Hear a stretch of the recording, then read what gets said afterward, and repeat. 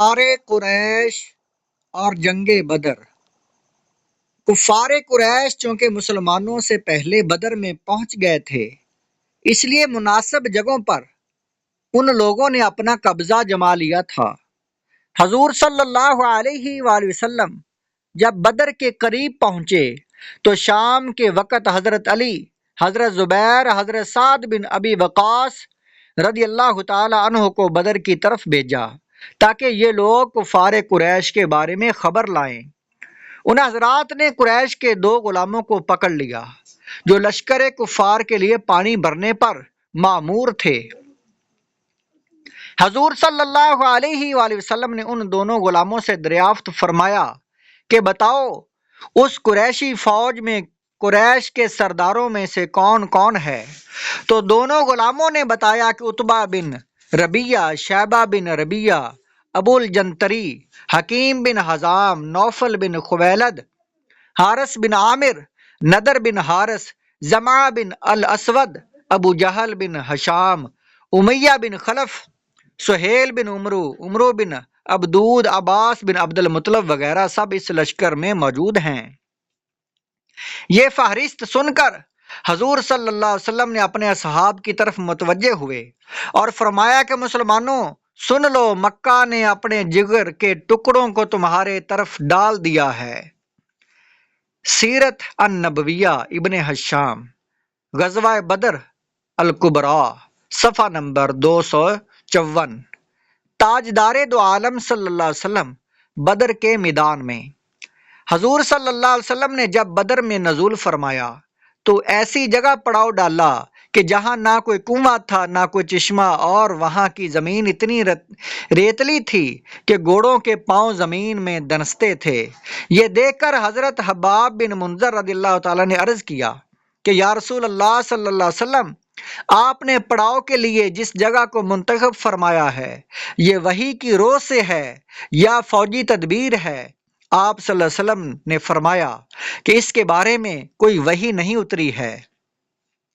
حضرت حباب بن منذر رضی اللہ تعالیٰ نے کہا کہ پھر میری رائے میں جنگی تدابیر کی روح سے بہتر یہ ہے کہ ہم کچھ آگے بڑھ کر پانی کے چشموں پر قبضہ کر لیں تاکہ کفار جن کنووں پر قابض ہیں وہ بیکار ہو جائیں، کیونکہ انہی چشموں سے ان کے کنووں میں پانی جاتا ہے۔ حضور صلی اللہ علیہ وسلم نے ان کی رائے کو پسند فرمایا اور اسی پر عمل کیا گیا۔ خدا کی شان کے بارش بھی ہو گئی جس سے میدان کی گرد اور ریت جم گئی، جس پر مسلمانوں کے لیے چلنا پھرنا آسان ہو گیا، اور کفار کی زمین پر کیچڑ ہو گئی جس سے ان کو چلنا پھرنے میں دشواری ہو گئی، اور مسلمانوں نے بارش کا پانی روک کر جا بجا حوض بنا لیے تاکہ یہ پانی غسل اور وضو کے کام آئیں۔ اسی احسان کو اللہ عز و جل نے قرآن پاک میں اس طرح بیان فرمایا ہے، وَيُنَزِّلُ عَلَيْكُم مِّنَ السَّمَاءِ مَاءً لِيُطَہِّرَكُم بِهِ، ترجمہ کنز ایمان، اور خدا نے آسمان سے پانی برسا دیا تاکہ وہ تم لوگوں کو پاک کرے۔ پارہ نمبر 9 سورہ انفال اور آیت نمبر 11۔ کون کب اور کہاں مرے گا؟ آپ صلی اللہ علیہ وسلم نے رات ہی میں چند جانثاروں کے ساتھ میدان جنگ کا معائنہ فرمایا۔ اس وقت دست مبارک میں ایک چھڑی تھی، آپ اسی چھڑی سے زمین پر لکیر بناتے تھے۔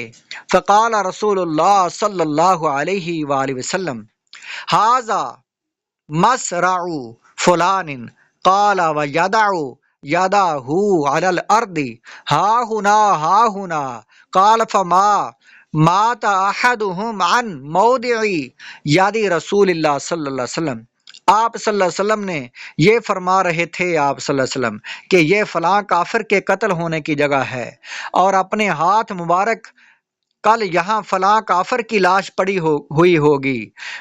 راوی کہتا ہے کہ آپ صلی اللہ علیہ وسلم نے اپنا ہاتھ مبارک زمین پر رکھ کر کہا کہ یہاں۔ راوی نے کہا کہ پھر جہاں جہاں آپ صلی اللہ علیہ وسلم نے ہاتھ رکھا تھا اس سے ذرا بھی فرق نہ ہوا، اور ہر کافر اسی جگہ گرا۔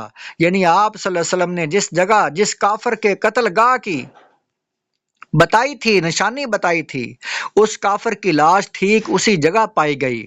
ان میں سے کسی ایک نے لکیر سے بال برابر بھی تجاوز نہیں کیا۔ صحیح مسلم کتاب الجہاد والسیر اور باب غزوہ بدر ہے، حدیث نمبر ہے 1778 ہے۔ اس حدیث سے صاف اور صریح طور پر یہ مسئلہ ثابت ہو جاتا ہے کہ کون کب اور کہاں مرے گا۔ ان دونوں غیب کی باتوں کا علم اللہ تعالیٰ نے اپنے حبیب صلی اللہ علیہ وسلم کو عطا فرمایا تھا۔ مجاہدین کی صف آرائی 17 رمضان 2 ہجری جمعہ کے دن حضور صلی اللہ علیہ وسلم نے مجاہدین اسلام کو صف بندی کا حکم دیا۔ دست مبارک میں ایک چھڑی تھی، اس کے اشارے سے آپ صلی اللہ علیہ وسلم صفیں درست فرما رہے تھے کہ کوئی شخص آگے پیچھے نہ رہنے پائے، اور یہ بھی حکم فرما دیا کہ بجز ذکر الہی کے کوئی شخص کسی قسم کا کوئی شور و غل نہ مچائے۔ شکم مبارک کا بوسہ۔ حضور صلی اللہ علیہ وسلم اپنی چھڑی کے اشارے سے صفیں سیدھی فرما رہے تھے کہ آپ نے دیکھا کہ حضرت سواد انصاری رضی اللہ تعالیٰ عنہ کا پیٹ صف سے کچھ آگے نکلا ہوا تھا۔ آپ صلی اللہ علیہ وسلم نے اپنی چھڑی سے ان کے پیٹ پر ایک کونچا دے کر فرمایا کہ استوی یا سواد، اے سواد سیدھے کھڑے ہو جاؤ۔ حضرت سواد رضی اللہ تعالیٰ نے کہا کہ یا رسول اللہ، آپ نے میرے شکم پر چھڑی ماری ہے، مجھے آپ سے اس کا بدلہ لینا ہے۔ یہ سن کر آپ صلی اللہ علیہ وسلم نے اپنا پیراہن شریف اٹھا کر فرمایا کہ اے اسود، لو میرا شکم حاضر ہے، تم اس پر چھڑی مار کر مجھ سے اپنا قصاص لے لو۔ حضرت سواد رضی اللہ تعالیٰ نے دوڑ کر حضور صلی اللہ علیہ وسلم کے آپ کے شکم مبارک کو چوم لیا، اور پھر نہایت ہی والہانہ انداز میں انتہائی گرم جوشی کے ساتھ آپ کے جسم اقدس سے لپٹ گئے۔ آپ صلی اللہ علیہ وسلم نے ارشاد فرمایا کہ اے سواد، تم نے ایسا کیوں کیا؟ عرض کیا یا رسول اللہ، میں اس وقت جنگ کی صف میں اپنا سر ہتھیلی پر رکھ کر کھڑا ہوں، شاید موت کا وقت آ گیا ہو۔ اس وقت میرے دل میں اس تمنا نے جوش مارا کہ کاش مرتے وقت میرا بدن آپ کے جسم اطہر سے چھو جائے۔ یہ سن کر حضور صلی اللہ علیہ وسلم نے حضرت سواد رضی اللہ تعالیٰ عنہ کے جذبہ محبت کی قدر فرماتے ہوئے ان کے لیے خیر و برکت کی دعا فرمائی، اور حضرت سواد رضی اللہ تعالیٰ نے دربارہ رسالت میں معذرت کرتے ہوئے اپنا قصاص معاف فرما دیا، اور تمام صحابہ کرام حضرت سواد رضی اللہ تعالیٰ عنہ کی اس عاشقانہ ادا کو حیرت سے دیکھتے ہوئے ان کا منہ تکتے رہ گئے۔ یہ واقعہ سیرت النبویہ امام ابن ہشام کی ہے۔